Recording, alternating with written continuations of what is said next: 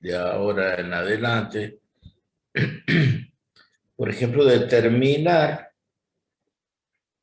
con qué magnitud, o sea, cuál es la fuerza que mantiene o hay entre cargas, ya sea de igual o de distinta polaridad, porque hemos dicho que a diferencia de la ley de gravitación, vamos a ver una ley que se escribe, la vamos a demostrar, ¿no? Que se escribe muy similarmente a la ley de gravitación, que es la ley de Coulomb, a través de la cual se permite calcular estas fuerzas de interacción, las cuales, como dije, van a poder ser de atracción o repulsión.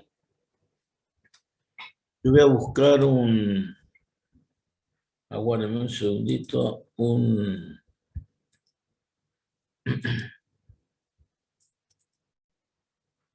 gráfico que está en... A ver, ¿dónde está?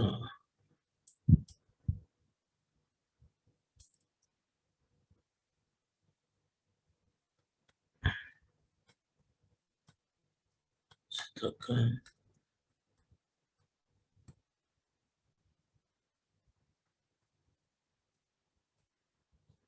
Acá está.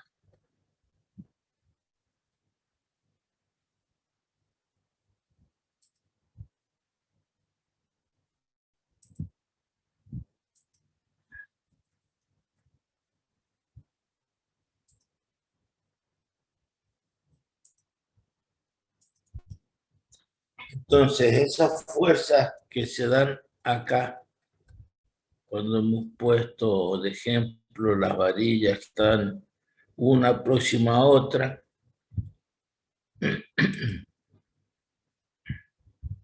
¿se está viendo la pantalla? Sí, profe. El apunte ahí, las gráficas. Sí. Bueno, y después dijimos de que estas barras interactúan y que hay fuerzas entre ellas, y que este proceso al cual habíamos arribado era el que se llamaba electrización por frotamiento. Y bueno, el objetivo es poder, ya vamos a determinar la ley que va a permitir calcular estas fuerzas de interacción entre cargas eléctricas, así como lo hicimos en gravitación, las fuerzas de atracción gravitacional. Pero otra de las maneras, yo les comentaba, de saber si el cuerpo estaba o no cargado, era con este instrumento, el electroscopio. Y ahora vamos a ver esta gráfica, una, una esfera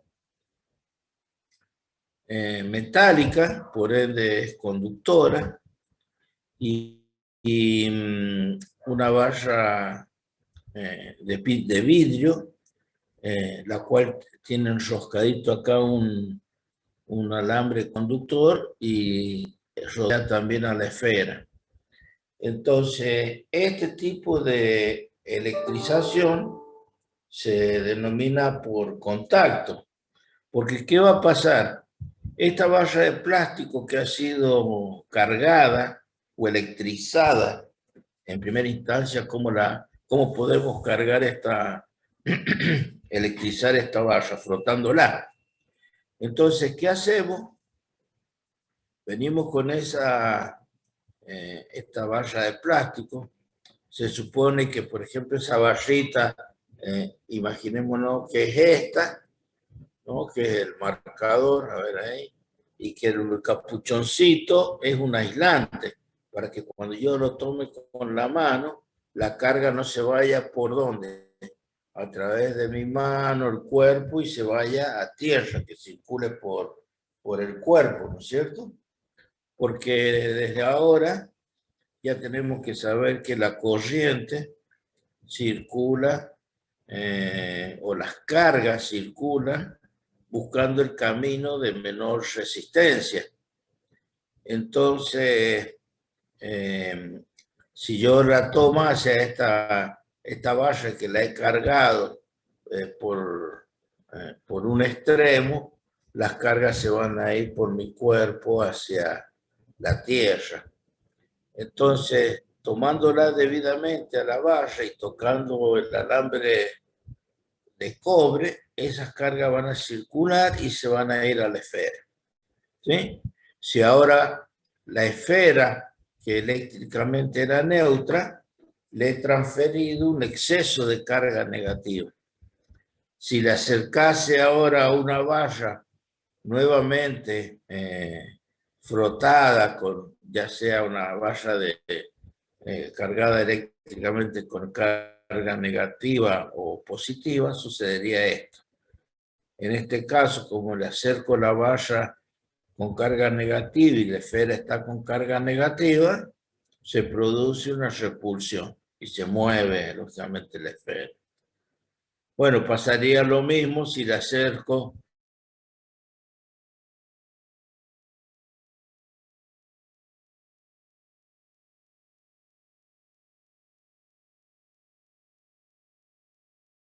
carga positiva y si se le acerco a la esfera, electrización por frotamiento. Pero fíjense que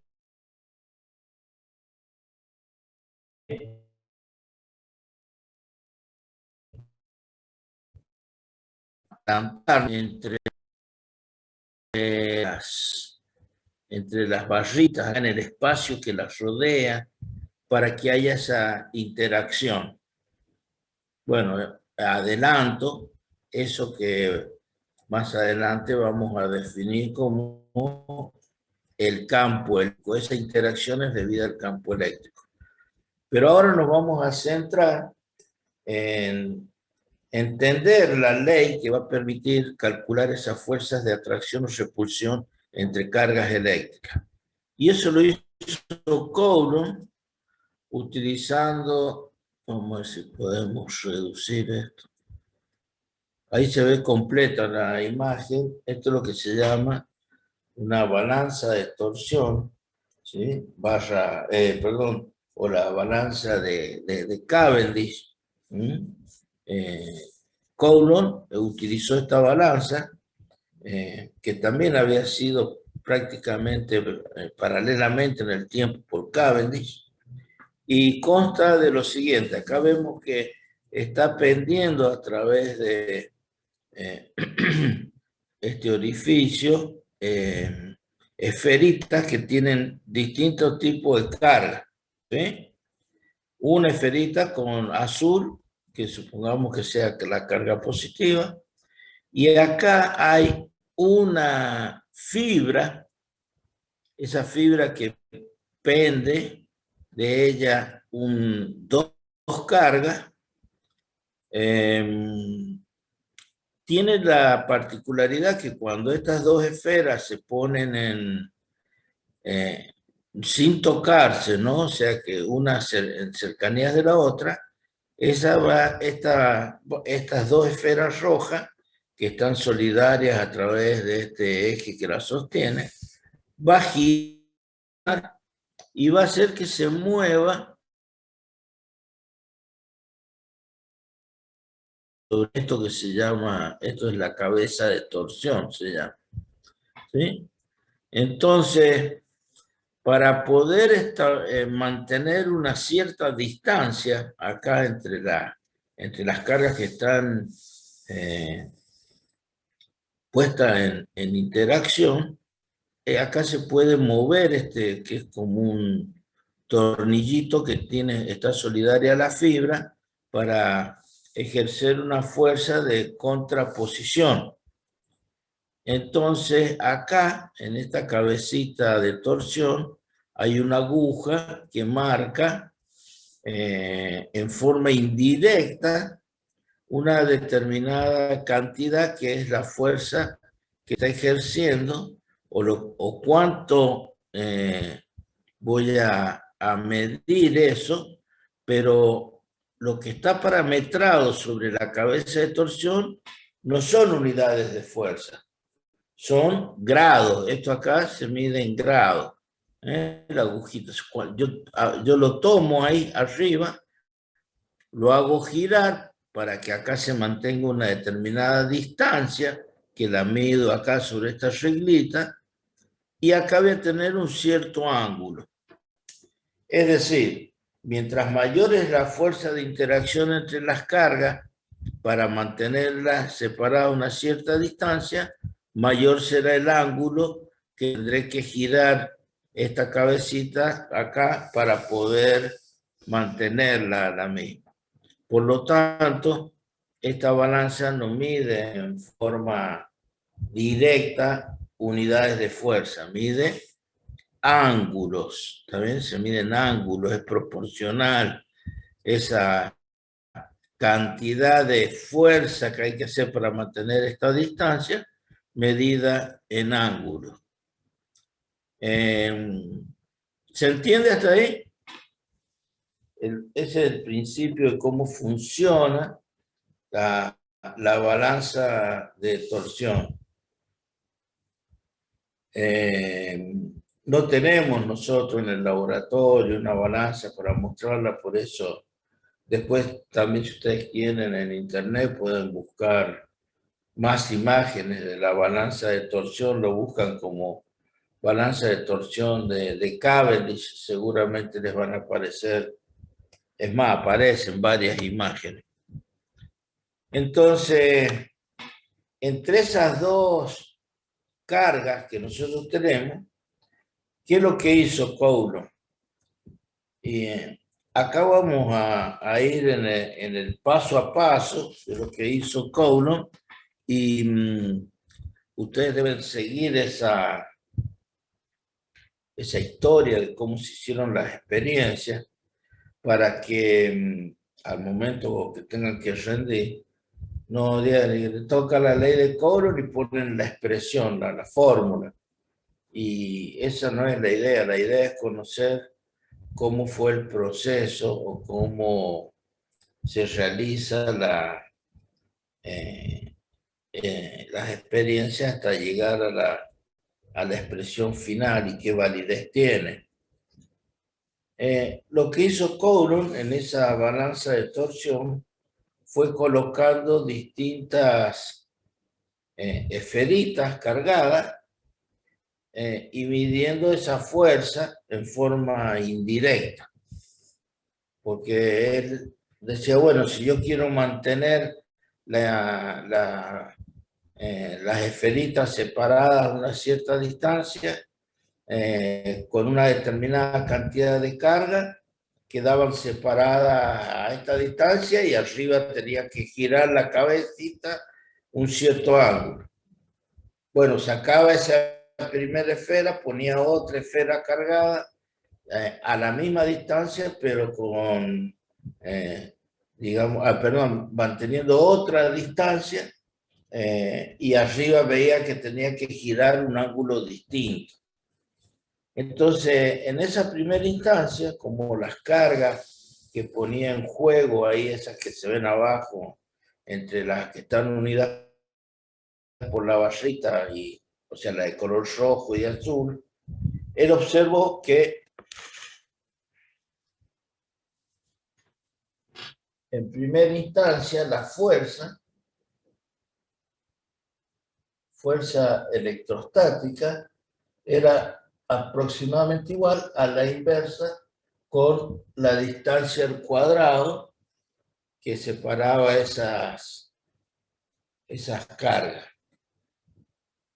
Pero no contento con esta repetición de ir variando la distancia, manteniendo siempre las mismas cargas, se da cuenta de que si cambiaba las cargas, o sea, si ahora en vez de poner cargas de igual magnitud y distinta polaridad, iba cambiando la magnitud de la carga que introducía en la balanza, esa fuerza ahora era aproximadamente igual al producto de las cargas Q1 y Q2 sobre la distancia al cuadrado. O sea, ahora ya la fuerza pasa a tener en la fuerza pasa a tener una injerencia la magnitud de las cargas. O sea, no era un capricho expresar que esta fuerza ahora dependía de si esta era de 5 unidades de carga, de 10 unidades de carga, cuando antes acá lo único que hacía era mantener entre las mismas cargas de igual magnitud la distancia de separación nomás.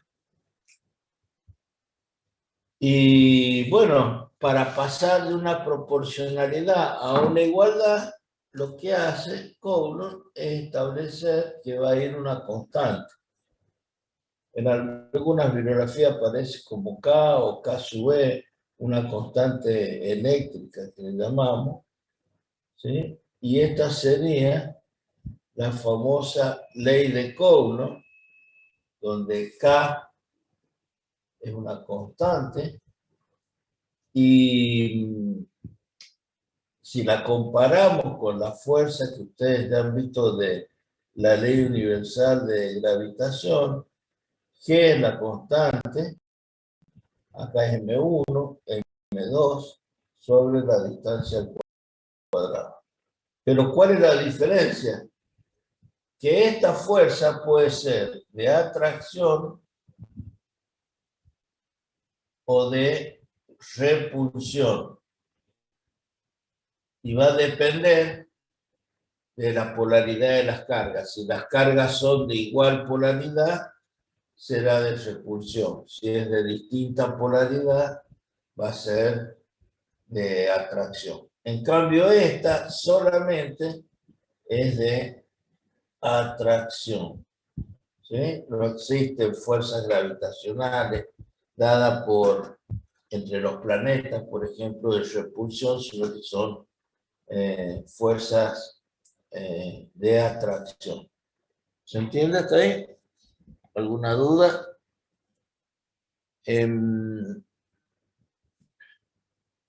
Bueno, ¿cómo vamos a expresar dentro de esta fórmula? Tenemos que dar el dato de cuánto vale esta constante, que después se va a determinar. ¿En qué unidades vamos a expresar la cantidad de carga? Porque la unidad de carga, si bien hoy podemos decir que es ya lo vamos a adelantar, es el Coulomb, en honor a quien desarrolló esta expresión. Antiguamente, la unidad de carga, cuando se hacían estas experiencias, era el Stat Coulomb. ¿En qué consistía? Y bueno, consistía en que, por ejemplo, a Kevin Corso le daba una balanza de torsión y él decía, la unidad de carga mía, la unidad de fuerza mía, es aquella que surge de mi experiencia que colocando dos cargas de tal magnitud producen una fuerza de tal valor. Ah, bueno, pero Burucci tenía otra balanza de torsión en otro lugar alejado donde estaba Corso y decía, no, para mí la unidad de carga que produce una unidad de fuerza es aquella que colocando cargas de tal valor producen este desplazamiento en la cabeza de torsión y así podríamos tener infinitas balanzas de torsión y cada uno tendría una unidad de carga, según como lo haya desarrollado. Y esto no era práctico, había que definir una determinada unidad para medir las cargas. Entonces, como ya en esa época estaba desarrollando el concepto de la corriente eléctrica, ¿sí? La corriente eléctrica, definida como I igual a corriente eléctrica, se daba con que si yo tenía una fuente de un generador y un circuito donde exista una resistencia, acá iba a circular una corriente que más adelante nosotros vamos a ver que es I igual a V, la tensión dividido en la resistencia, ¿sí? Esta es una fuente de tensión.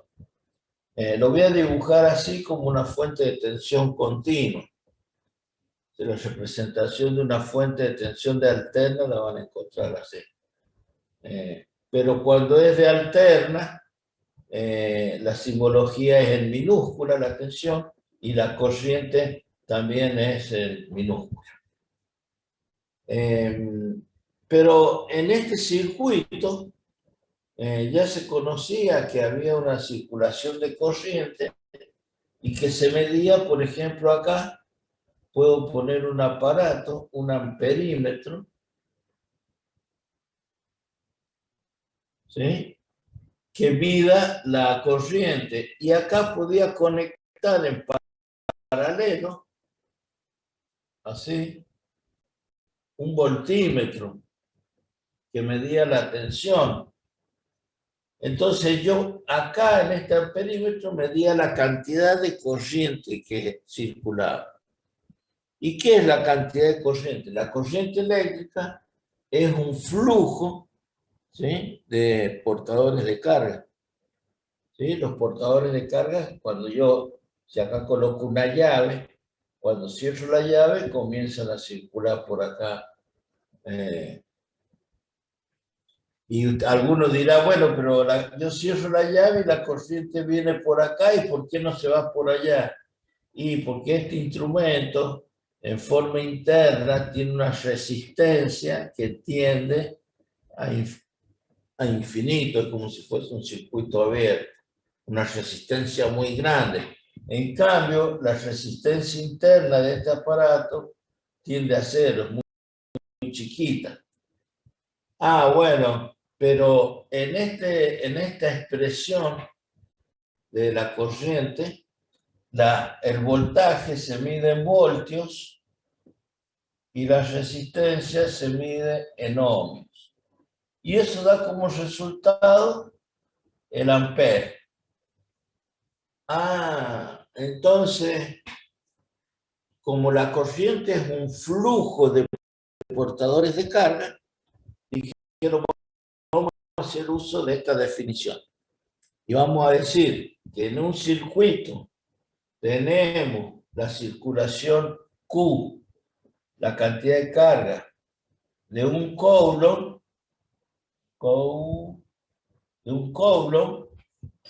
cuando por el circuito circula un ampere. Esa cantidad de corriente. ¿Se entiende?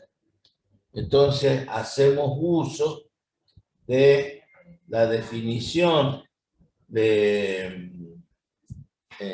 que nos dio la sabiduría de que la cantidad de corriente que circula por ese circuito estaba expresado ya en amperes, y como la cantidad de carga que circula es un flujo, la corriente eléctrica I, la corriente I es la cantidad de carga en el tiempo, ¿sí?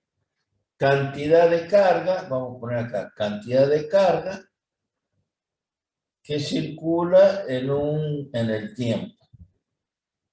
¿Sí? Si yo pudiese medir acá cuántos portadores de carga pasan en una unidad de tiempo, entonces esto es Coulomb sobre segundo. Y Coulomb sobre segundo, ¿sí? De acá despejamos, esto va a ser ampere, perdón, acá va a ser igual a ampere. Entonces, el Coulomb, como hemos dicho, se define como la cantidad de carga que circula en un circuito cuando hay 1 ampere por segundo. ¿Se entiende? ¿Cómo sale de dónde sale la definición del Coulomb? Sale de tomar la definición de la corriente eléctrica, que es la cantidad de carga por unidad de tiempo. Entonces, basados en esta definición, podemos volver a la ley de Coulomb que habíamos expresado como F igual a K, Q1, Q2 sobre R cuadrado. Entonces esto va a ser una constante K por Coulomb, K Coulomb cuadrado sobre metro cuadrado. Ah, bueno, pero ¿en qué se mide la fuerza? En Newton. Newton. Entonces la constante K, ¿qué unidades va a tener la constante K? Newton, metro cuadrado, Coulomb sobre Coulomb al cuadrado. ¿Y cuánto vale esa constante? Bueno, esa constante nosotros la vamos a tomar aproximadamente igual a 8,9. Yo tomé una sola cifra, sí. ¿Qué es lo que dice K? Newton metro cuadrado. Entonces K, Newton 8,9 Newton metro cuadrado sobre Coulomb cuadrado. ¿Sí? ¿Cuánto vale exactamente? Vale 8 el valor ahora de... ¿Puedo borrar acá un poquito esto? Sí. Si bien ya más adelante vamos a definir ese valor de K, K es 1 sobre 4 pi epsilon 0. Perdón, esto es 8,854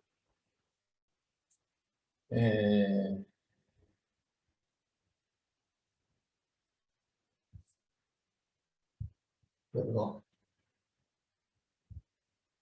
Y acá epsilon 0, 8,854 y sería la inversa de K. Coulomb cuadrado sobre Newton metro cuadrado. Entonces, si hacemos K igual a 1 sobre 4 por 3,14 por 8,854, y hacemos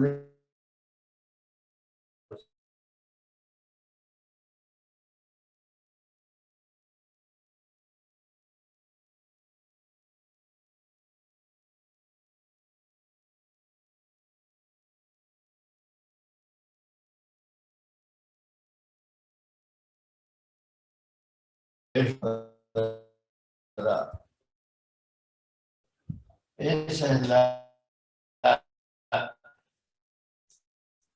cual yo trabajar. Me va a permitir calcular las fuerzas de la transferencia. Le anda muy mal el internet, profe. Profe, no, misericordia, yo pensé que era yo también. Nos quedamos ahí donde estaba despejando la K. No se le escucha, profe.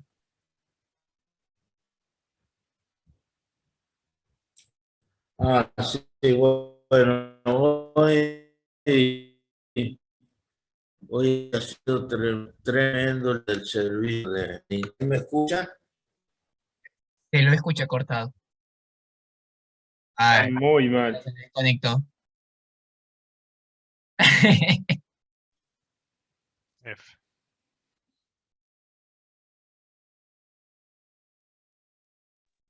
En fin.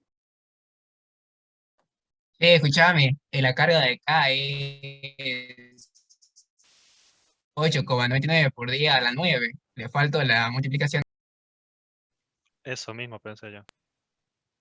Bueno, ya Y lo va la a hacer. constante permitida del espacio vacío también está incorrecta. 8,85. Bueno, le agrego un decimal más por día a la -12. Son pequeños detalles, no pasa nada. Bueno, no va a explotar el circuito así.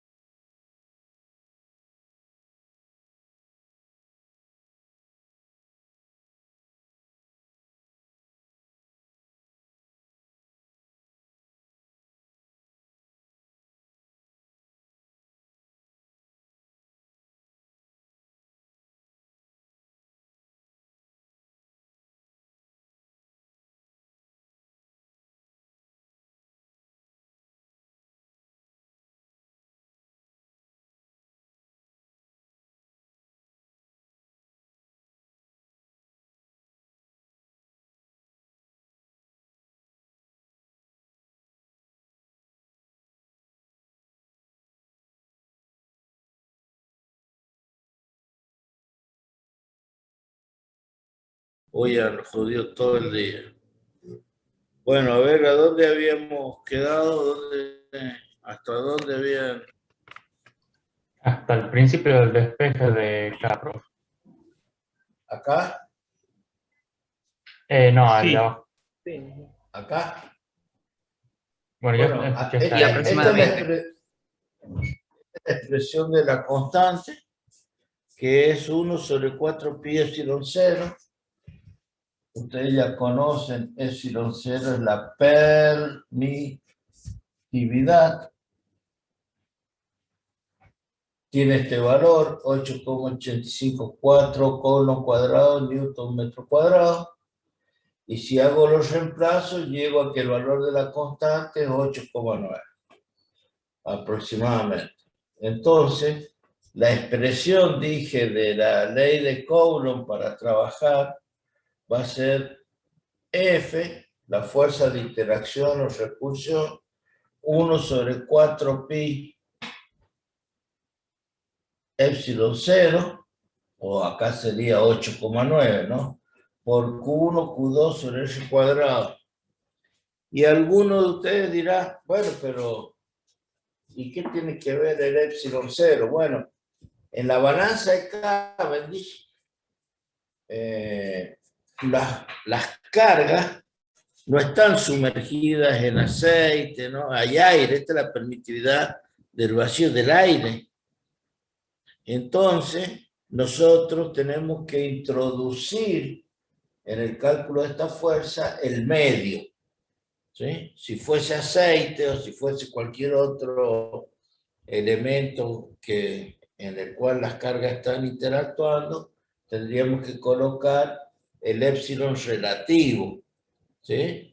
Acuérdense que el épsilon relativo es el valor del épsilon que tiene el material referido al épsilon cero, ¿sí? Entonces, esta expresión no tiene que quedar ninguna duda, que es la que nos va a permitir realizar los cálculos que nosotros tenemos que ahora, por ejemplo, vamos a demostrar como para dos cargas puntuales o para un sistema de carga. ¿Puedo borrar acá? ¿Hay alguna duda?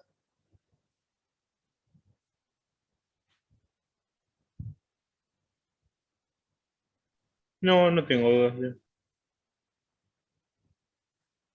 Bueno. Entonces, si tuviésemos dos cargas, supongamos que esta sea Q1, vamos a suponer que es positiva, y Q2 sea positiva. Si son positivas ambas cargas, tienen igual polaridad, acá va a haber una fuerza que voy a llamar la fuerza que siente la carga 2 debido a 1, y acá va a haber una fuerza que es la que siente la carga 1 debido a la presencia de 2. Y esas cargas están separadas a una distancia R. ¿Sí? Entonces, bueno, Coulomb dice, mire, 1 sobre 4pi epsilon 0 Q1 por Q2 sobre R cuadrado le va a dar un valor. ¿Sí? Si esto tuviese datos, las cargas expresadas, supongamos Q1 3 newton, esta 5 newton, y la distancia R que sea 2 metros, ¿sí? Estamos en condiciones de calcular cuánto vale la fuerza de repulsión. En cambio, si tuviese una partícula Q1 positiva y una partícula Q2 negativa, acá habría fuerzas de atracción. Esta es la F12 y esta es la F21 y esta sería la distancia de separación. Y esta dirección que yo trazo acá es la dirección sobre la que actúan las fuerzas. La fuerza se representa con un vector. Y el vector tiene módulo, dirección y sentido. La dirección sobre la cual actúan las fuerzas es la dirección que une, es la recta, perdón, que une los centros de carga. ¿Sí? Esta recta pasa por los centros de carga. ¿Sí? Bueno, esta ley le vamos a agregar un condicionante.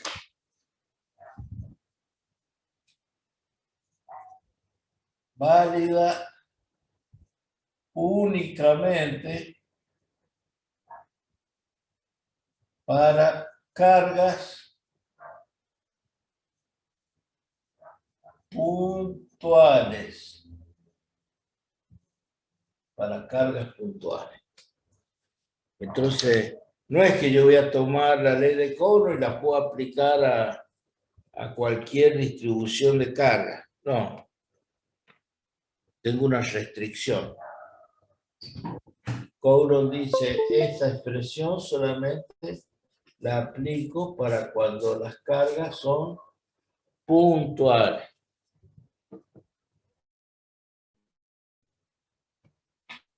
Entonces,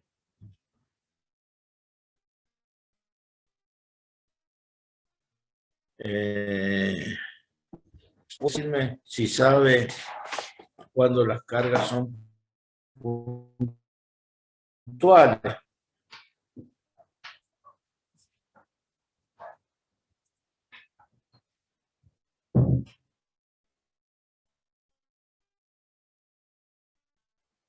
Si no, no sabemos,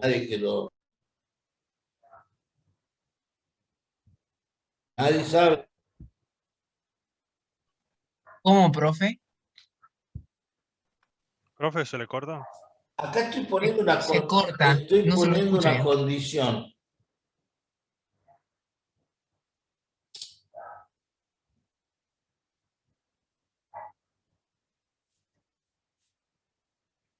¿Se escucha Sí, profe, ahora? hable. Sí, se escucha bien ahora. Estoy poniendo una condición. Esta fórmula puede aplicarse solo para cargas puntuales. ¿Estamos hasta ahí? Ya Sí. sabemos de dónde nace la expresión, hasta que surgió a través de las experiencias de Cobb. Ya sabemos cómo actúan estas fuerzas, cómo se las representa. Ya sabemos sobre qué recta de acción actúan las fuerzas. Sabemos que las fuerzas son vectores, tienen módulo, dirección y sentido. El módulo lo voy a calcular con esta expresión. La dirección es la que une los centros de carga y el sentido va a estar dado según las cargas sean de igual o distinta polaridad. Ahí no hay duda, hasta ahí no hay duda, ¿no? Bueno. Pero Coulomb dice, cuidado, esta expresión es válida únicamente para cuando las cargas son puntuales. Entonces, ahí viene mi pregunta. ¿Sabe alguien explicar cuándo las cargas son puntuales? Cuando el cuerpo de los tamaños es mucho menor que la distancia que separa esos dos cuerpos, las dos cargas sería. Perfecto. Esa es la definición, pero lo vamos a hacer gráfico. Si yo tengo una carga de este tamaño, ¿sí? Y esta es la otra carga que está acá, donde esta tiene un radio R1 y esta tiene lo voy a poner un radio R2. Estas cargas están separadas una distancia D.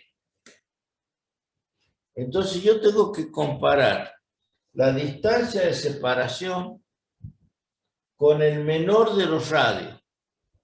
Bueno, ¿cómo es D con respecto a R2? Y D es mucho mayor que R2, que es el menor de los radios. Eso es lo que dijo Bustamante. Él dice que la distancia de separación, cuando la distancia de separación es mucho mayor que el radio de la menor de las cargas, estas cargas se pueden considerar puntuales. Entonces puedo aplicar la ley de Cobb. Pero si tuviese dos cargas así, donde esta es la distancia de separación entre los centros y este es el radio son iguales, y la distancia D es igual aproximadamente a R. Entonces acá no puedo aplicar ley de Cobb, porque estas cargas no son puntuales. ¿Se entiende? Ese es un concepto fundamental y que cuando rinden se preguntan, bueno, ¿qué limitaciones tiene esta ley? Bueno, esta es una limitación, una de las que vamos a ver. Esta ley tiene esta limitación, pero ¿qué alcance tiene ahora? Veamos el alcance. ¿Hasta dónde puedo yo aplicar esta expresión para calcular fuerzas de interacción? Bueno, por ejemplo, la fuerza entre el protón, entre un protón y un electrón, entre un protón y un neutrón, la puedo calcular aplicando esta ley. Hasta ahí nada más. O sea, no es solamente para poner una carga acá, otra acá, y calcular aplicando esta expresión la fuerza. No, también en una molécula, en un átomo, puedo calcular las fuerzas de interacción entre los componentes con esta expresión. Ese sería el alcance que tiene la ley. Hasta dónde me permite, o sea, no es solamente para resolver un sistema de, pues esto es un sistema de fuerza, de cargas, perdón. Ahora lo vamos a ver un tanto más complejo, para un sistema de cargas discreto. ¿Alguna duda? No, no. No, profe. Bueno, vamos a borrar acá.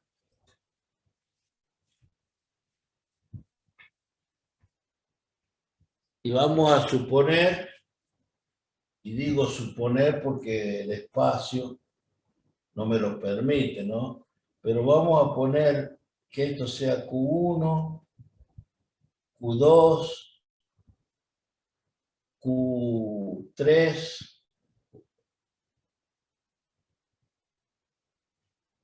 Q sub I y que por acá esté Q sub N. Y yo voy a suponer,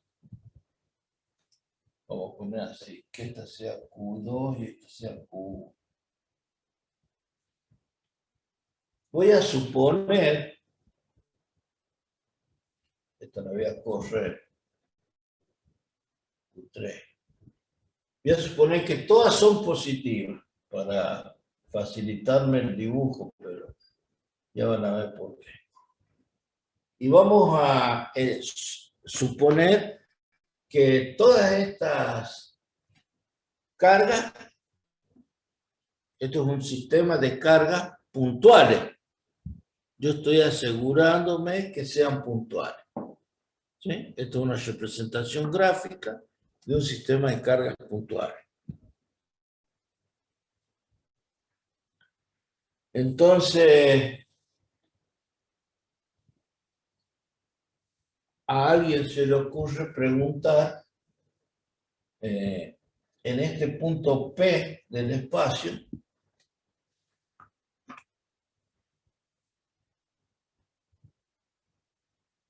¿qué interacción o vamos a hacerlo con Q1 primero? Alguien pregunta, bueno, como todas estas cargas están interactuando, ¿cuál es la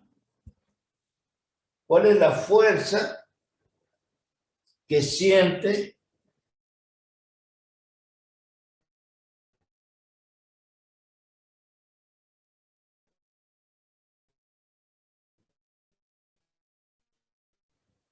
la partícula? Esas cargas son positivas, van a ser fuerzas de repulsión. Entonces, ¿cómo se procede acá? Lo que se hace es lo siguiente, se tapa el resto de las cargas. ¿Se ve ahí la pizarra lo que estoy haciendo? Sí, profe. Sí, sí, profe. Yo oculté todo el resto de las cargas. Solamente dejé Q1 y Q2. Bueno, voy a unir los centros de carga de Q1 y Q2 y acá voy a dibujar una fuerza. Va a ser la F12. Esa es la fuerza que siente la partícula Q1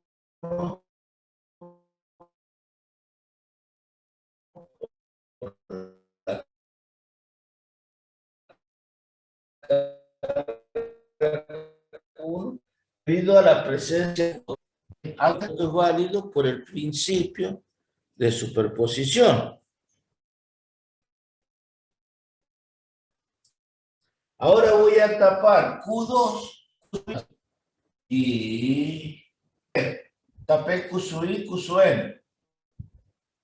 ¿Sí? Bueno, uno los centros de carga entre Q sub 3 y esta va a ser la F1,3. Y así voy tomando de a pares. Si hubiese la Q sub 4, dejo Q sub 4 con Q sub N, con Q sub 1. Acá al unir esta, aquí va a haber una fuerza que va a ser la F1I. Y si uno este con este, por aquí estará la fuerza F1N. Ah, bueno, pero, a ver, todas estas fuerzas son concurrentes en el centro de cargas de Q sub 1.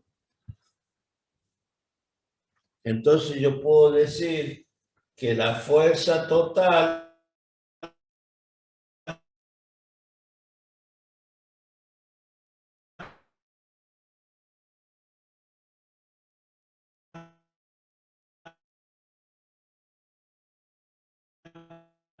de la poligonal, por ejemplo.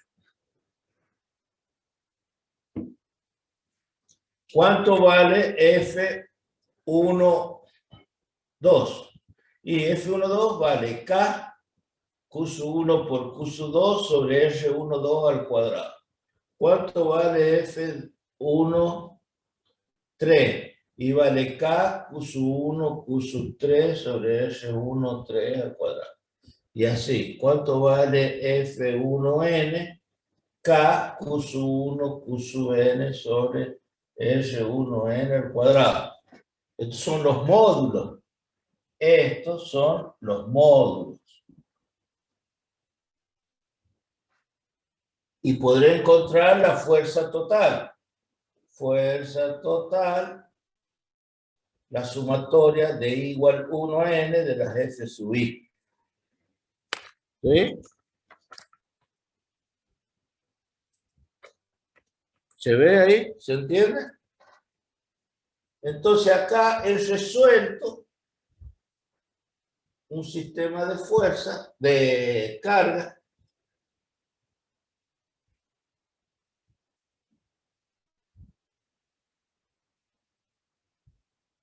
a través de la aplicación de la ley de Coulomb, que permite determinar los módulos de cada una de esas fuerzas. Y si quiero obtener la resultante, lo hago en forma gráfica. ¿Sí?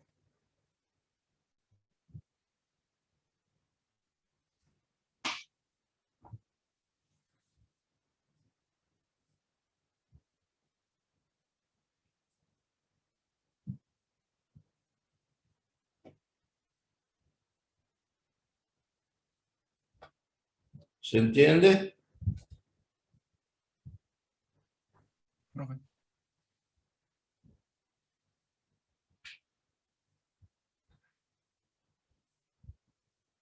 Sí, profe, sí se entiende.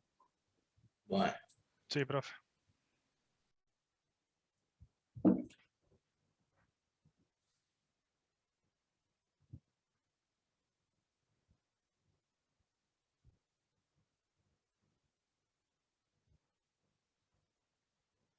¿Puedo borrar o están copiando?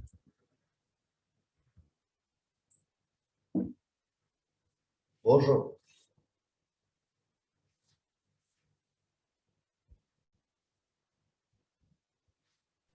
Sí, profe. Bueno.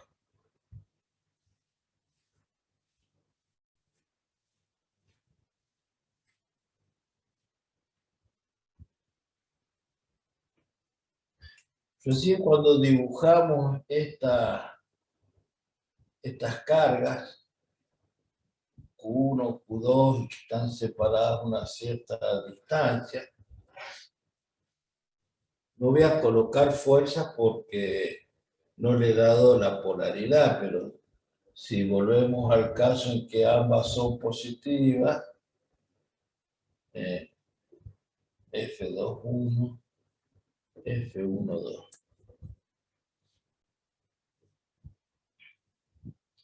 Yo acostumbro a poner la nomenclatura así. Primer índice indica la carga, sería Q2, y lo leo, la fuerza que siente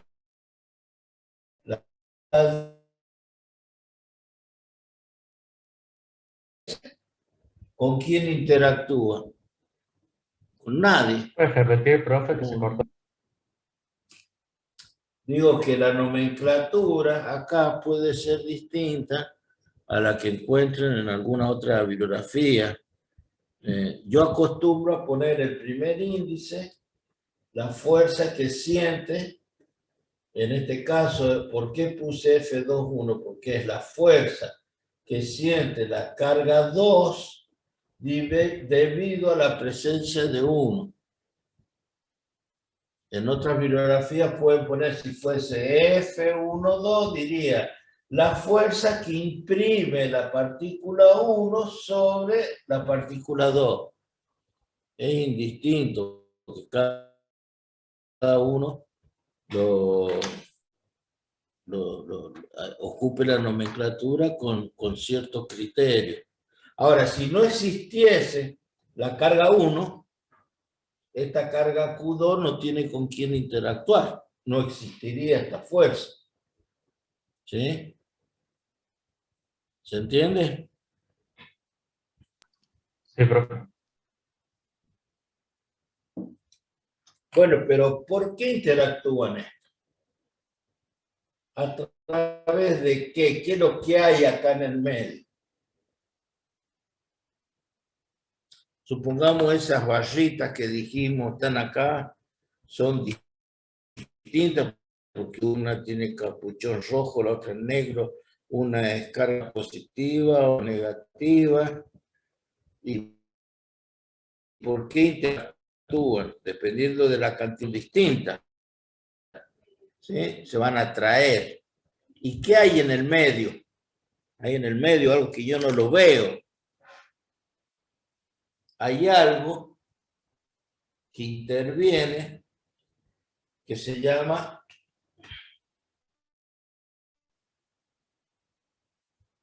campo eléctrico.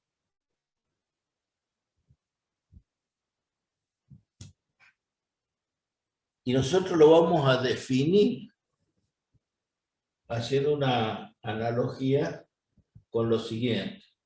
Si esta es la faz de la Tierra, y acá colocamos hasta una cierta altura G igual constante, y colocamos un cuerpo de masa M, este era traído hacia el centro de la Tierra con una fuerza que llamábamos P, el peso. ¿Sí? Física 1. ¿Cómo se define G? Piensen lo que van a contestar.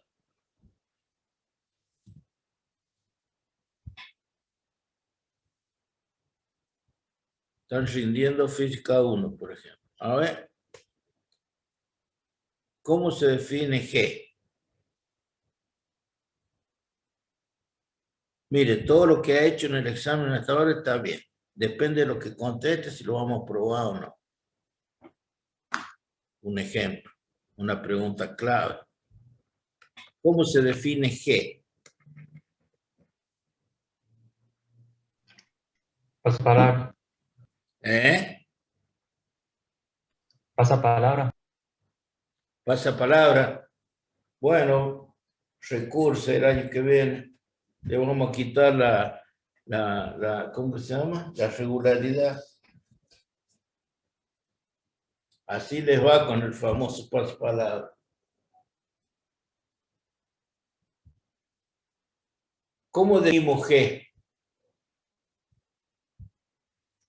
Sería La fuerza la sobre fuerza sobre la masa, sí. ¿Cómo? La fuerza sobre la masa. ¿Qué fuerza? El peso. El peso sobre la masa. ¿Quién hablaba? Bustamante. Perfecto. Esta es la definición de G.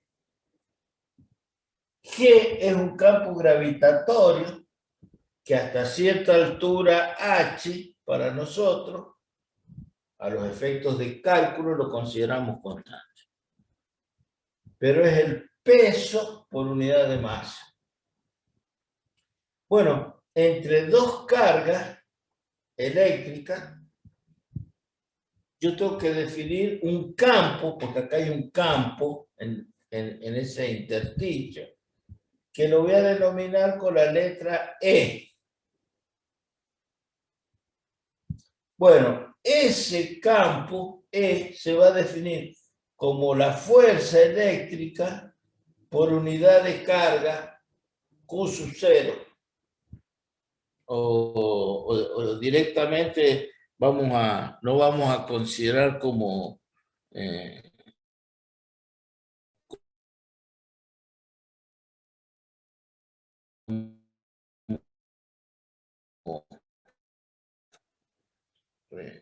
fuerza por unidad de carga. Y esta es unidad de masa. Bueno, esta es la definición del campo eléctrico. ¿En qué unidades se va a medir el campo eléctrico? Y bueno, la fuerza se mide en Newton y la carga se mide en Coulomb. Newton sobre Coulomb.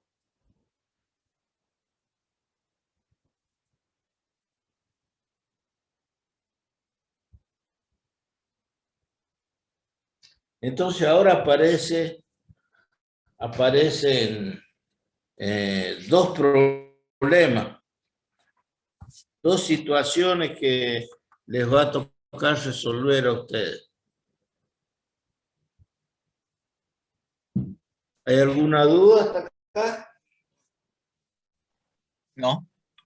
No. Mire, si acá no hubiese, supónganse que no hubiese gravedad, ¿sí? Que yo este cuerpo lo saco acá, lo hago pasar H, acá no hay gravedad. Entonces no hay ningún campo que actúe sobre, sobre este cuerpo, entonces no le produce, no hay ninguna acción. ¿Sí? Entonces, de igual manera, la interacción entre estas cargas se da a través del campo que existe.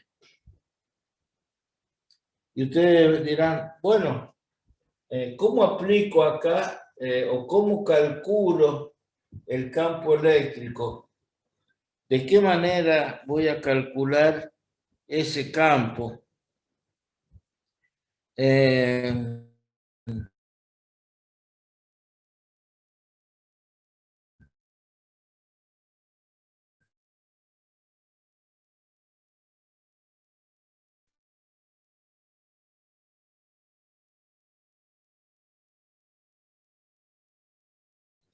Bueno, miren, ese campo está definido como la Q1, Q2 sobre R12 al cuadrado. Esa es la fuerza que voy a poner ahí. Profe, ¿puedes repetir lo que dijo? Se me ¿Sí? cortó. Entonces, sí, digo que el campo eléctrico está definido como la fuerza por unidad de carga. Entonces, esta fuerza, ¿qué fuerza es? Bueno, esa fuerza va a ser la que se obtiene con esto, la ley de Coulomb. Entonces ahora lo vamos a ver para un caso particular, una carga. Vamos a suponer que acá tengo una carga Q.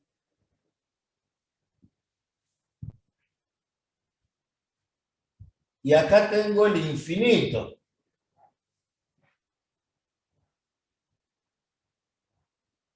Y voy a definir a Q sub 0 como una carga de prueba puntual. Y lo voy a escribir así. Tan pequeña como quiera. Tan pequeña como quiera.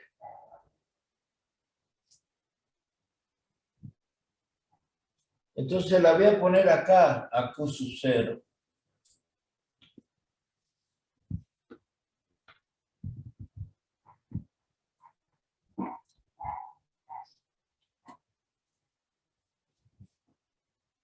Y lógicamente que si esta carga con esta están separadas por una distancia infinita, esta carga no va a sentir ninguna fuerza.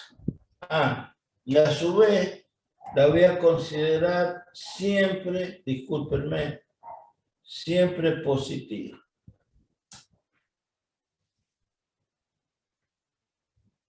Entonces, si esta carga es positiva y esta es positiva, pero la distancia que hay es infinita, esta carga no siente ninguna fuerza, porque si yo aplico la ley de Coulomb, voy a poner K Q1 Q0 sobre R1 2 al cuadrado, pero esta distancia es infinita, la fuerza que siente esta carga es 0.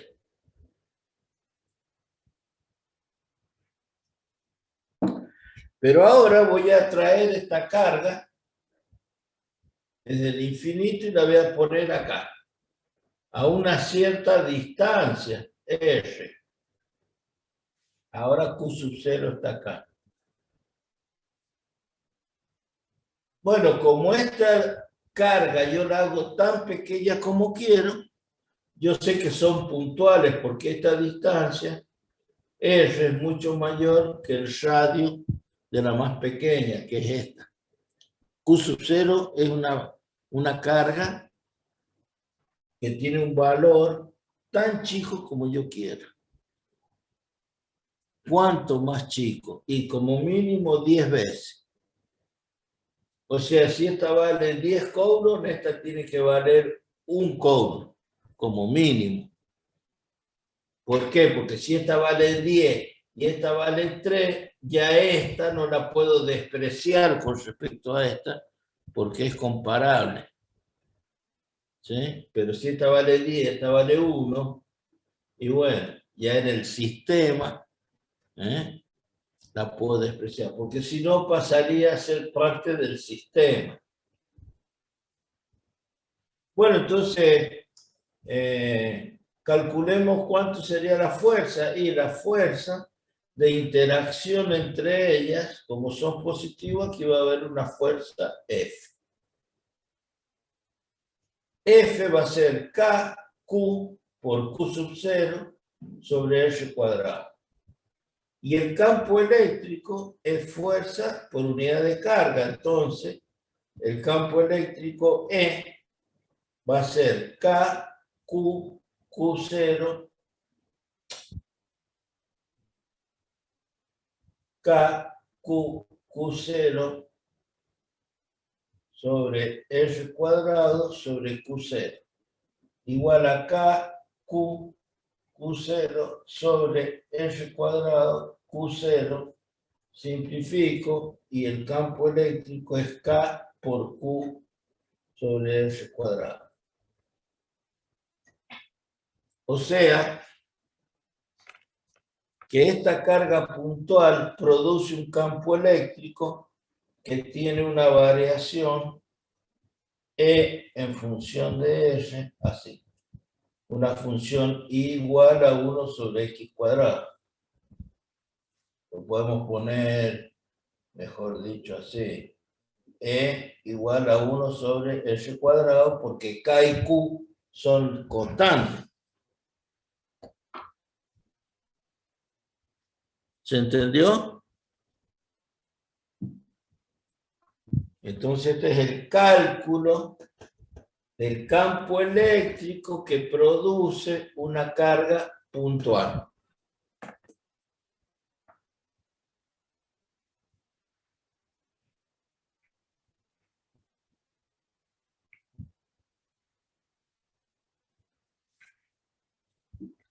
Ese es un problema. Este es un problema. Este es el problema que nos planteamos de cuánto vale el campo eléctrico que produce una carga puntual. Pero otro problema sería, ¿qué pasa si yo conozco el campo eléctrico E igual a F sobre Q sub 0? Esa es la expresión. Y digo, bueno, si esto es dato, ¿cuánto vale F? Y bueno, F es Q sub 0 por E. Profe, ¿podría mover la cámara? Sí. ¿Ahí? Sí, ahí. Digo, si esta es la definición de campo eléctrico, fuerza sobre unidad de carga, el otro problema con el cual nos vamos a encontrar es calcular qué fuerza siente una carga que yo pongo en el seno de un campo eléctrico. Si a mí me dan como dato el campo, tendré que multiplicar por la carga para encontrar la fuerza que ejerce ese campo sobre dicho cuerpo.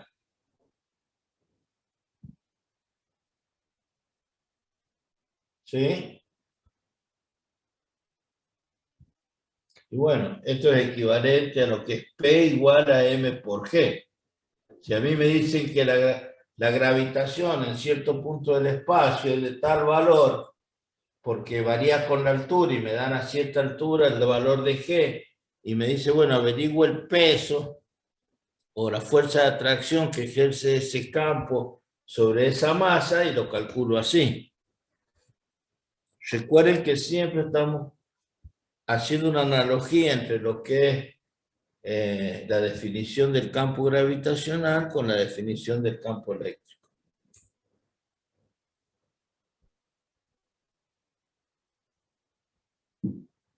¿Estamos hasta ahí? ¿Sí? Sí, profe. Bueno.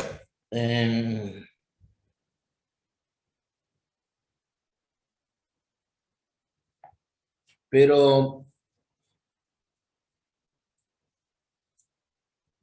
vamos a ver lo siguiente.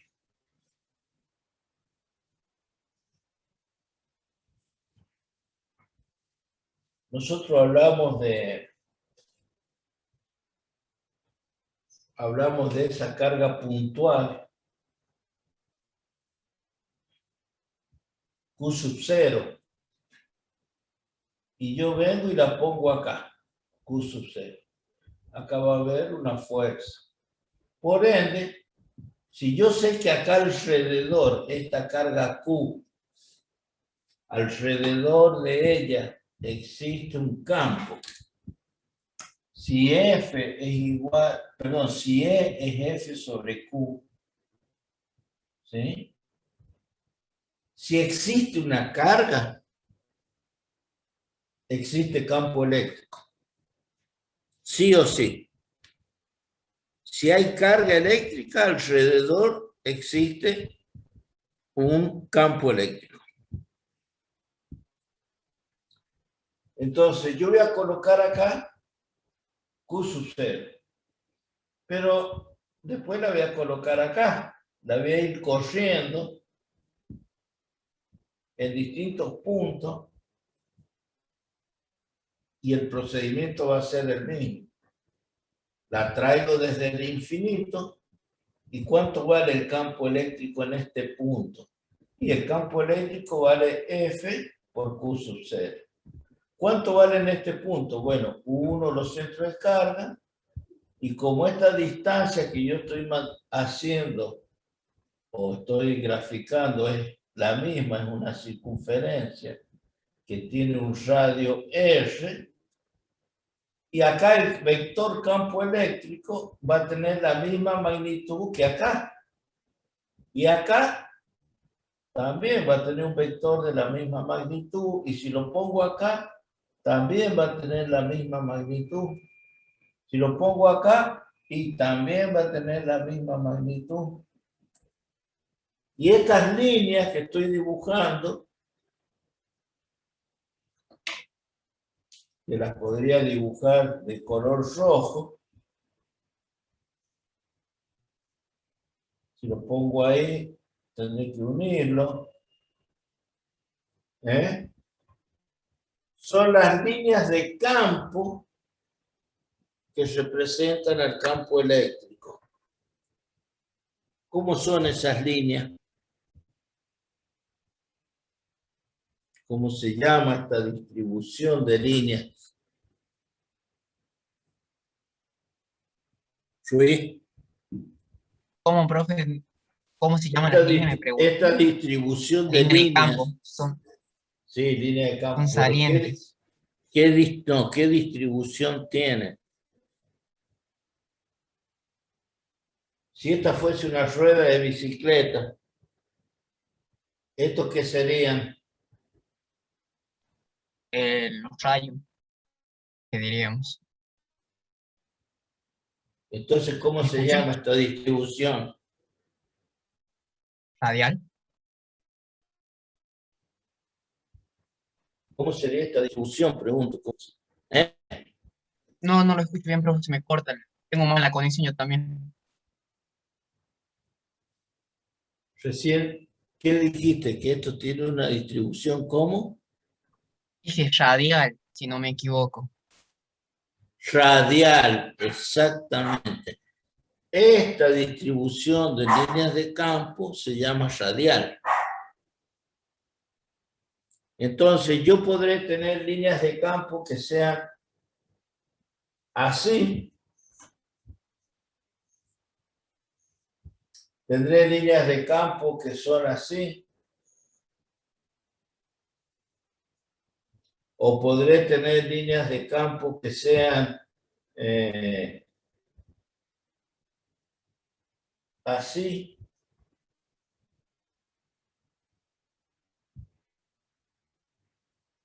Pero ¿para qué sirven las líneas de campo?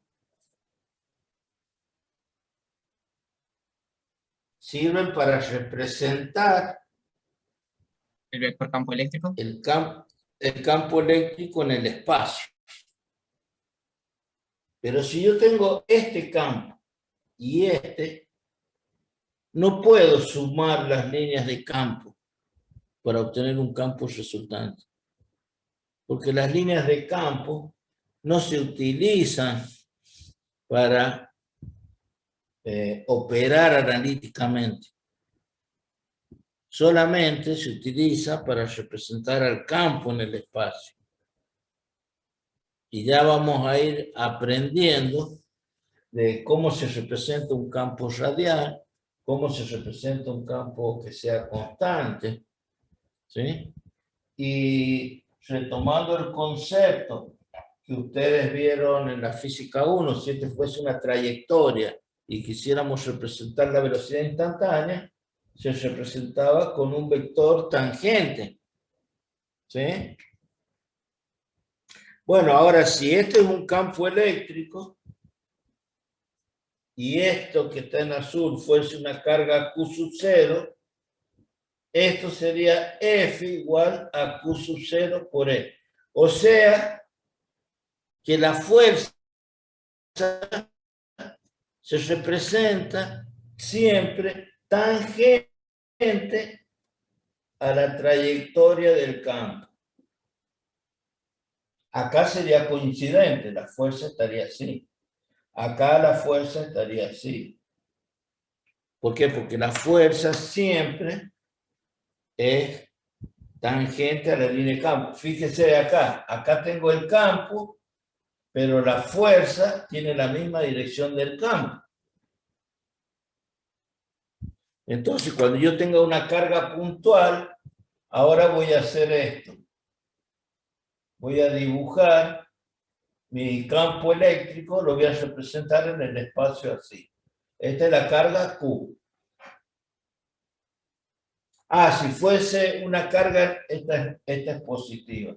Si fuese una carga negativa, bueno, la distribución de líneas de campo también va a ser radial, pero el campo va a ser así, con líneas de campo que van así.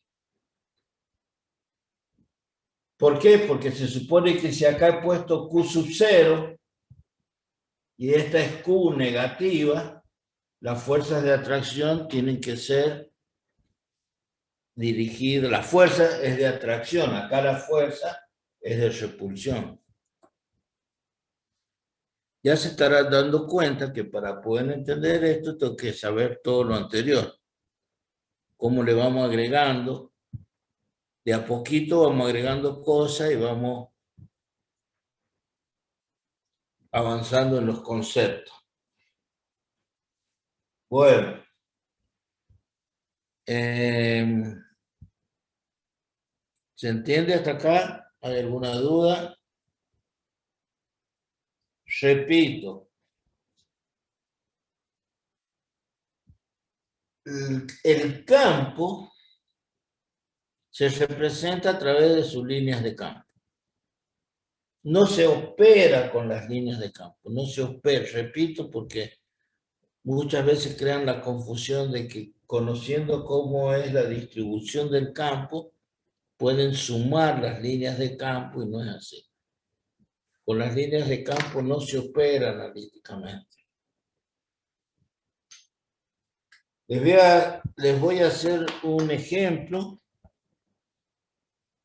A ver si me lo pueden responder, una pregunta, si me lo pueden responder. Ustedes están acostumbrados a ver o a representar un imán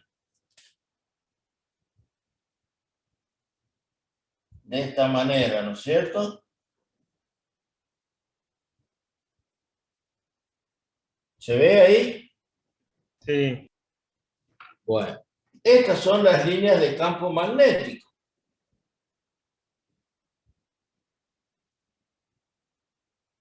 Ahora viene la pregunta.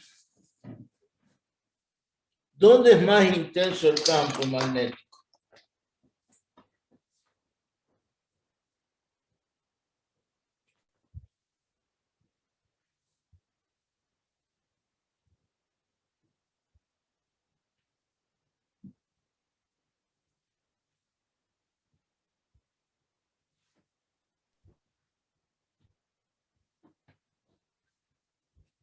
Si esto fuese un imán,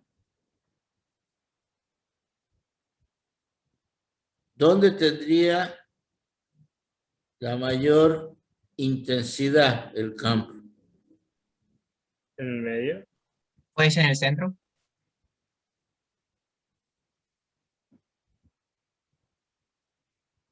En el centro.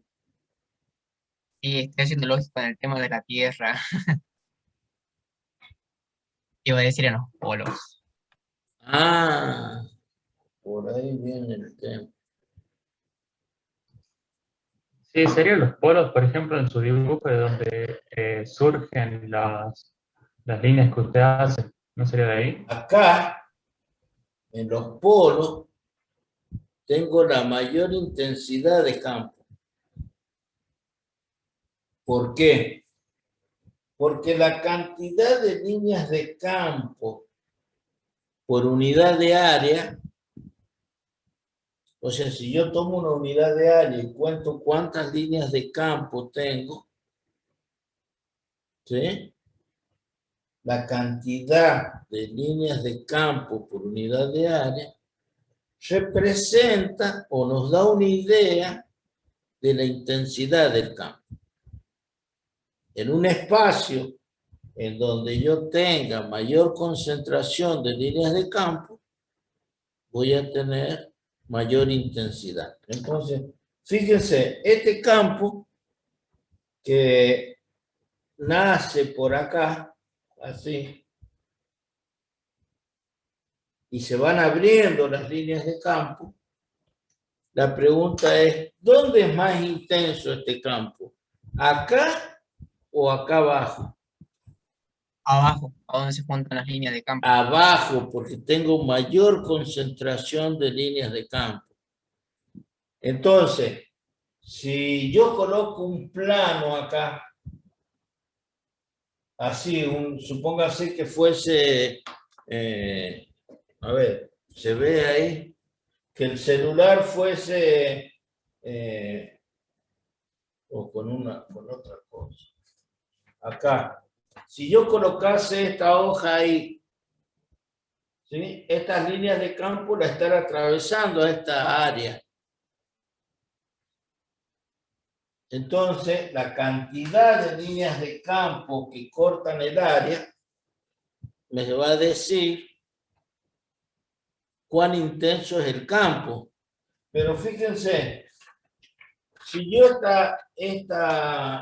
esta hoja o el área esa, si yo la corro acá, este plano, lo corro acá, la cantidad de líneas de campo que atraviesan este plano varió.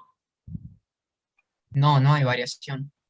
Entonces, ¿este campo cómo es? Em, Si no varía. Constante. Constante, constante. Pero este campo, si pongo una unidad de área acá y una unidad de área acá, acá cortan 4 líneas de campo. Acá es más intenso y acá es más débil, porque la cantidad de líneas de campo por unidad de área es la misma. Y acá, en este ejemplo que está acá, este campo es constante. Si yo tomo esta unidad de área acá y la pongo acá, la voy corriendo. Ah, no. no, ¿Es es constante? variante. No, este distinto de constante. ¿Qué tiene que suceder para que yo represente un campo eléctrico constante? ¿Cómo debo representar las líneas de campo? Lo debo representar con líneas de campo que estén como igualmente espaciadas y paralelas. Porque estas son paralelas, pero no tienen entre estas dos no hay la misma distancia que entre estas dos. ¿Se entiende?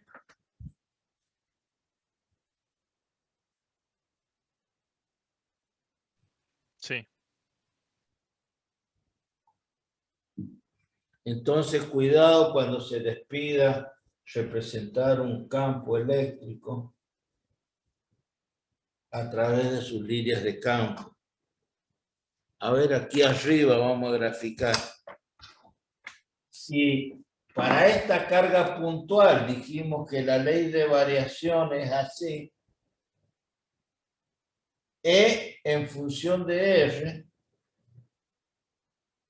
está claro que para un determinado R, R1 por ejemplo, a todo su alrededor, ese campo va a valer E1. O sea, alrededor de esta carga, en la distancia R1, el campo, ¿cómo es? Constante. Cuando me voy al infinito, ¿cuánto vale el campo? 0. Pero Cuando me acerco a lo más próximo que pueda a la carga, ¿cuánto vale el campo? Y es asintótico al valor máximo.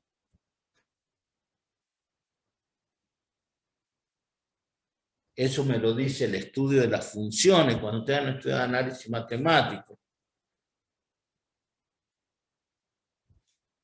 ¿Se entiende?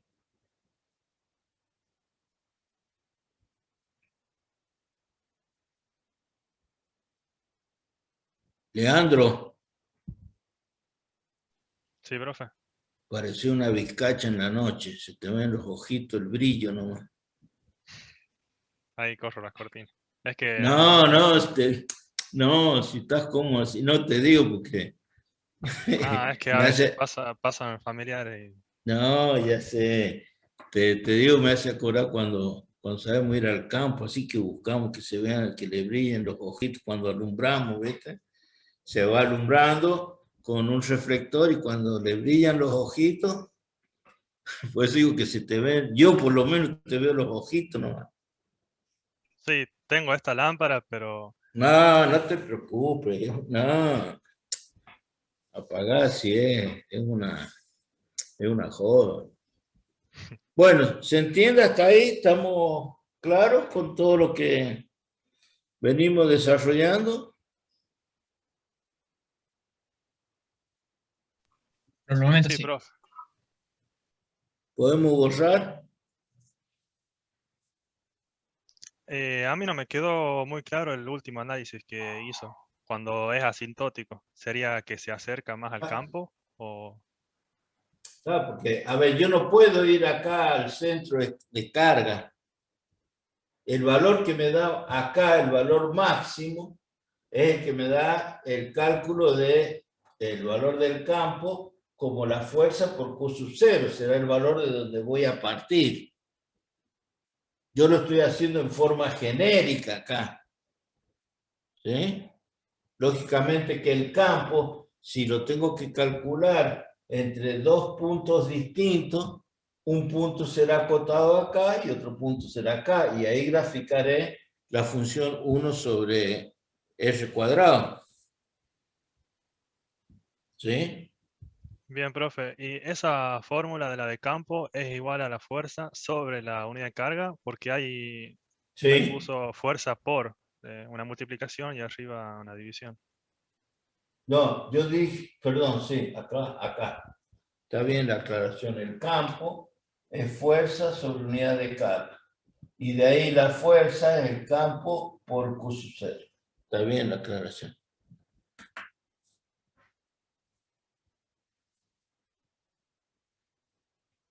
Lo que vamos a hacer ahora es este mismo ejemplo. Supónganse que nos den una carga que tiene una magnitud y una determinada polaridad, ¿sí? Y vamos a determinar el valor del campo.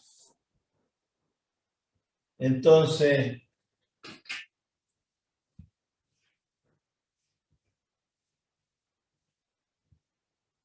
imaginemos lo siguiente. Bueno, no imaginar, sino que nos dan una carga Q positiva y nos piden encontrar cuánto vale el campo eléctrico.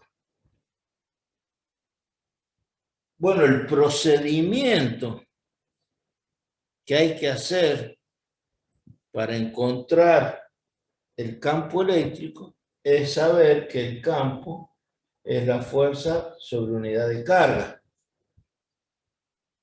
¿Cuál es la unidad de carga? Q sub 0. ¿Dónde está Q sub 0? Está acá Q sub 0. Está en el infinito. Entonces yo la voy a traer hasta acá, Q sub 0, a una distancia R. Voy a unir los centros de carga y voy a saber que como esta es positiva y Q sub 0 es positivo, acá hay una fuerza. Y acá va a haber en este punto un campo eléctrico que va a tener que tener un valor. Bueno, calculemos la fuerza. La fuerza es K, o vamos a poner 1 sobre 4 pi epsilon 0, Q por Q sub 0 sobre R cuadrado. Calculo la fuerza.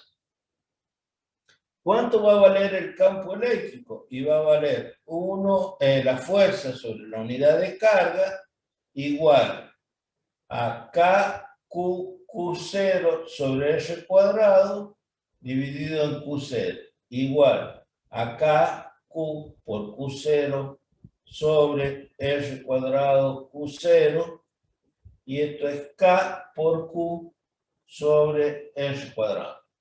Por ello sabemos que el campo es una constante K por Q sobre R cuadrado, que tiene una ley de variación 1 sobre R cuadrado. Ah, perfecto. Esto es para una carga. Así, y si ahora yo me coloco y me sitúo en el ejemplo, en la gráfica que hicimos de donde tenía Q1, Q2, Q3, Q sub I y Q sub N, estaría en el caso, en el otro caso, donde digo, bueno, dado un sistema de carga, ¿cuánto vale el campo eléctrico en ese punto?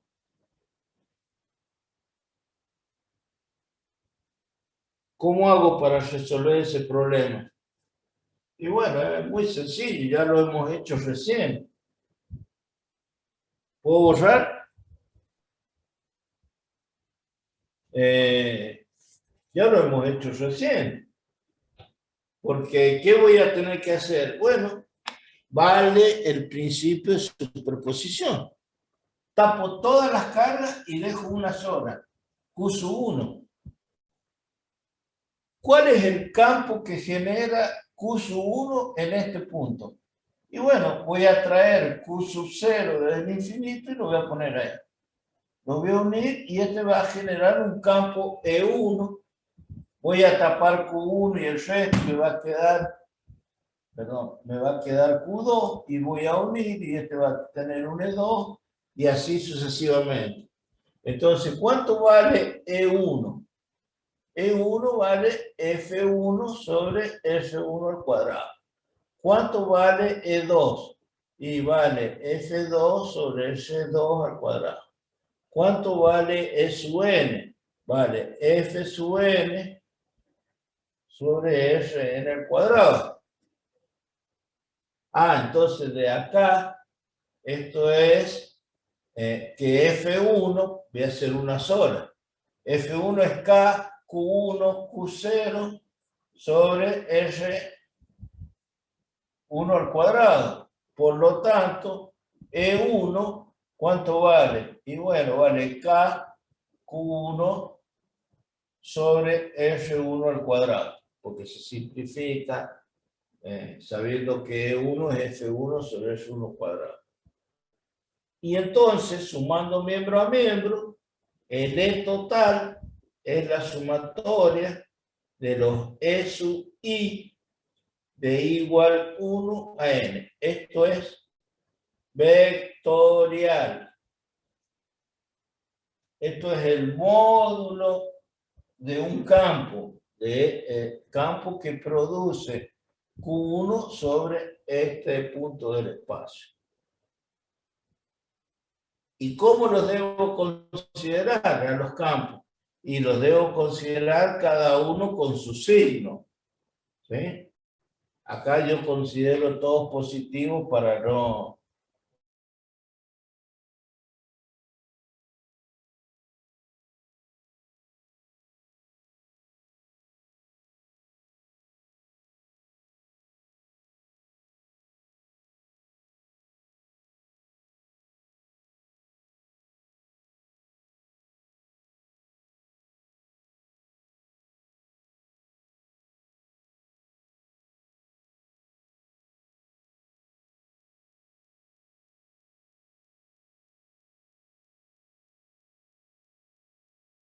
Digo que si positivo, el campo va a tener una dirección contraria a la que tiene el otro, porque acá la fuerza va a ser de atracción y estas son de repulsión.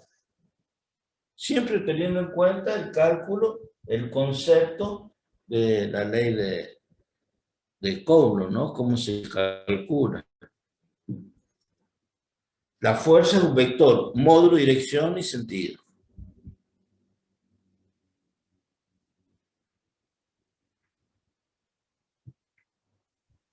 Profe, una pregunta. ¿Por qué Sí. ahora para calcular los campos eléctricos es la fuerza sobre la distancia y no sobre la carga? cuando estamos hablando de un sistema. ¿Por qué? ¿Qué? Porque el campo eléctrico es igual a la fuerza sobre la distancia y no sobre la carga sub cero.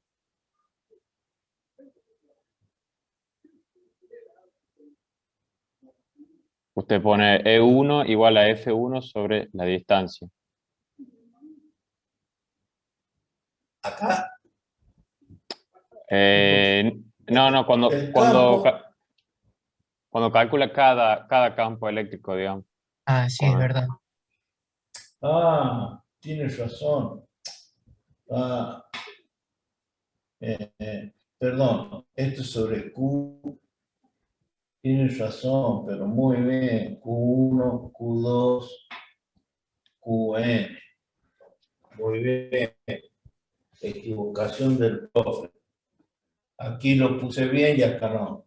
Campo, fuerza por unidad de carga. Campo, fuerza por unidad de carga. Muy bien la observación.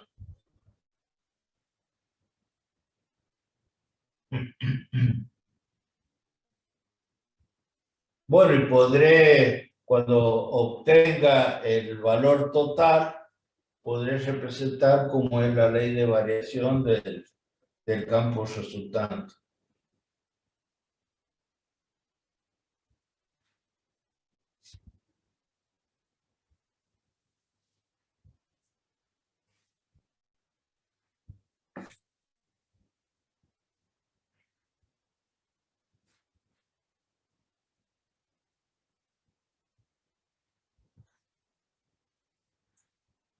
¿Alguna duda? De mi parte no, profe. Que quede bien clarito esto, ¿no? O sea, el E total, E1 vector, E2 vector, E sub I vector, E sub N vector.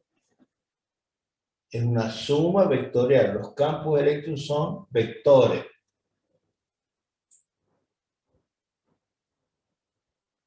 Entonces, recuerden lo que recién les dije. Dos problemas. Un problema, ¿puedo borrar? Este problema hace referencia al cálculo del campo eléctrico,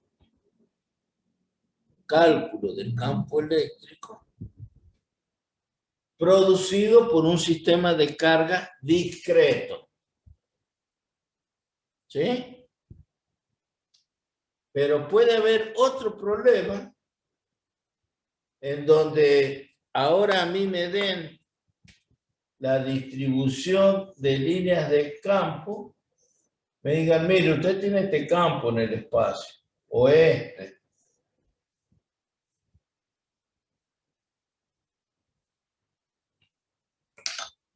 Y le digan a ustedes, bueno, mire, ¿qué pasa si en este campo hay una determinada carga Q? Bueno, ¿cuál es la fuerza que imprime este campo a esa carga? ¿Cuál es la fuerza que imprime este campo? Esto es Q, perdón. ¿Cuál es la fuerza que imprime ese campo a esa carga? Entonces hay dos problemas que ustedes, con los que ustedes se van a encontrar. El cálculo de campo eléctrico producidos por sistemas de cargas o la acción que produce un campo eléctrico sobre alguna carga en particular.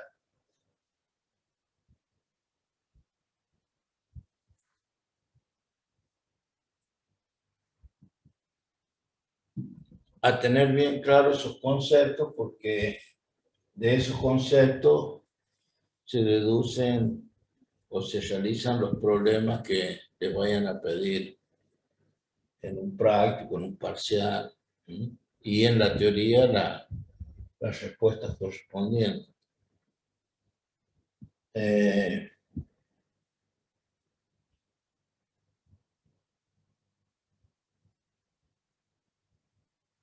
Bueno, es sabido que acá F es igual a Q sub 0 por E, y que acá también F es igual a Q sub 0 por E. Pero aquí no lo podría calcular ahí. Acá sí, porque yo sé que el campo eléctrico es constante, pero en este punto no sé qué magnitud tiene el campo. ¿Acá yo sé cuánto vale el campo? No. Entonces lo que tendría que hacer para poder calcular es que en este punto esté la carga. Que en este punto esté la carga, porque yo sé que en ese punto, ¿sí? Esta es la fuerza que origina el campo. Porque esta es la dirección tangente a la línea de campo, está la fuerza. En este punto, tangente a la línea de campo, está la fuerza. Entonces acá sí yo podría decir la fuerza, ¿sí? Es Q sub 0 por E. Esa es la fuerza que siente esta carga debido a la magnitud de este campo. Esta es la fuerza en su módulo, la fuerza que siente, perdón, la partícula, bueno, Q sub 0, si la pongo ahí, Q sub 0, Q sub 0. ¿Y qué dice?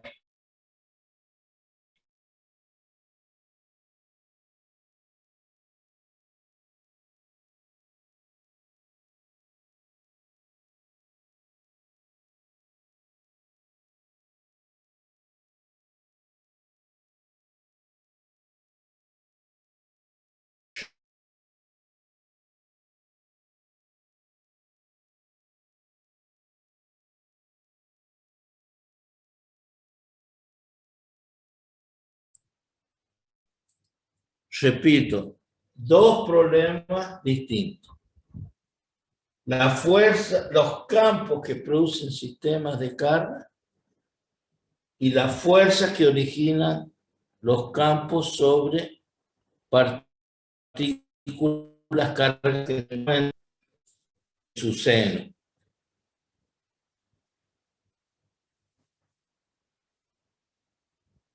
¿Se entiende?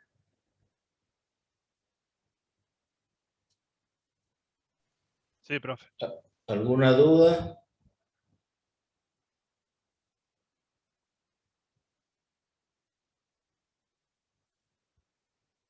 Bueno.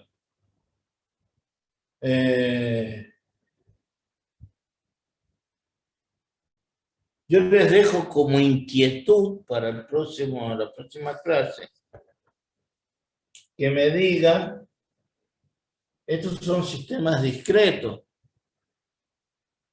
pero si tuviese una barra cargada, una barra, por ejemplo, cargada con carga positiva, o si tuviese una lámina con carga positiva, o que si tuviese un determinado volumen de un cuerpo con cierta carga, ¿cómo determino, por ejemplo, en un punto distante, cuánto vale el campo eléctrico?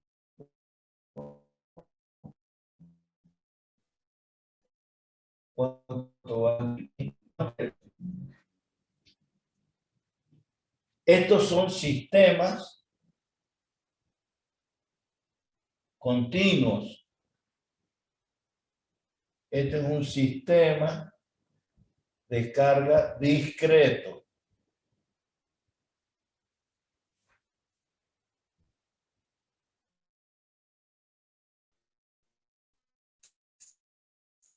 Esta barra va a tener densidad de carga por unidad de longitud, o sea, tantos coulombs por metro. Este va a tener beta Coulomb sobre metro cuadrado.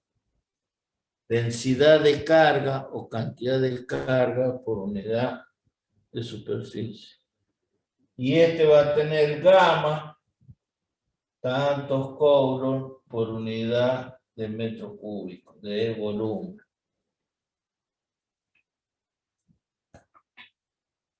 Profe, ¿qué Entonces serían vamos eso? a tener que aplicar. ¿Cómo? ¿Qué serían eso? ¿El alfa, el beta y el gamma? Densidades de carga. La cantidad de carga por unidad de longitud para la barra. La cantidad de carga por unidad de metros cuadrados de superficie para la lámina.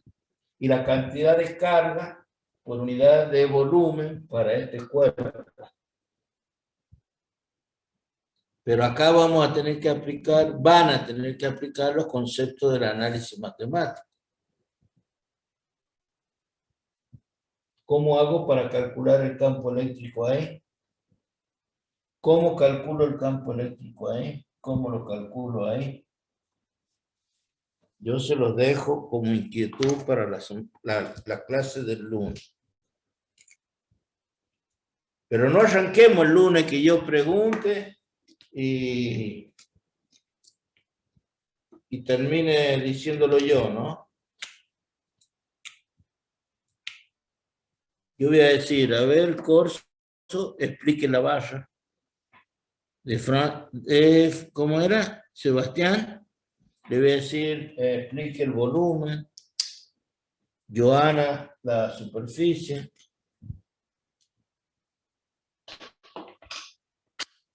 ¿Sí? Va a ser cada uno le va a tocar una de las. Así que a repasar eso, a ver cómo se hace. ¿Estamos de acuerdo?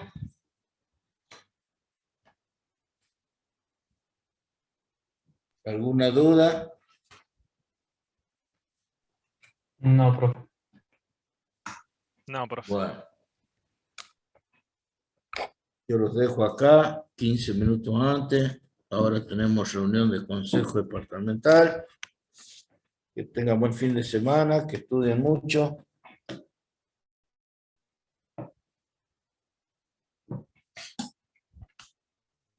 Que Nos vemos. terminen bien la semana. Y el lunes espero que se hayan dado cuenta hoy de cuán concatenados están los temas. Porque sabemos polaridad, no sabemos calcular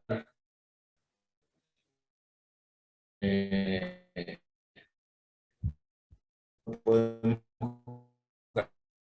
calcular campo. Después vamos a ver una disposición particular de cargas en el espacio que es el dipolo eléctrico. Y después de ver campo vamos a ver que hay una variable que es exactamente o que representa lo mismo en el espacio, que es el potencial eléctrico. Entonces el potencial eléctrico está relacionado con el campo. Si yo sé campo eléctrico voy a poder calcular potencial.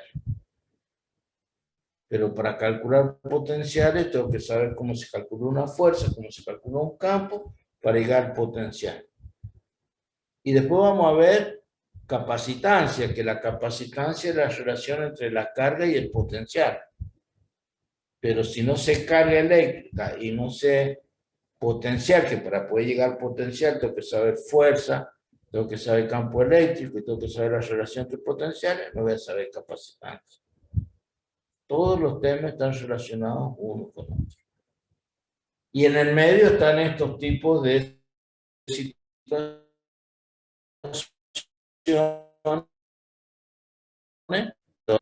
Por ejemplo, vamos a aprender a calcular el potencial y vamos a ver el caso inverso. Dado el potencial en el espacio, ¿cómo se determina el campo? Pero hay que ir viendo todo uno con otro, relacionándolo, porque si no, acá no hay temas que estén aislados. ¿Sí? ¿Se entiende? Sí, profe. Profe. A no perderle pisada a la teoría para que no confusión. Les digo, fíjense lo rápido que vamos y esto es así, es muy dinámico, esto una tras otra. Y si dentro de 2 semanas quiero ver qué es lo que pasaba con el dipolo eléctrico, y si no lo estudié en su momento, difícilmente en un par de días quiera entender todo lo que he visto durante el transcurso. Entonces, lo que tenemos que ver el lunes, tienen jueves, viernes, sábado y domingo para repasar lo que hemos visto entre lunes y miércoles y hacer todas las preguntas que crean o que les surjan dudas. Así, cuando arranquemos el lunes próximo, todo lo que se vio la semana anterior está claro. Tienen la bibliografía, tienen los apuntes, lean, estudien, así no tienen inconvenientes para rendir tanto la teoría como la práctica. Nos vemos el lunes, buen fin de semana. Nos vemos, profe. Que ande bien. Bueno, profe, Luego, profe, buen fin de semana. Chao, hasta luego. que ande bien. Igualmente.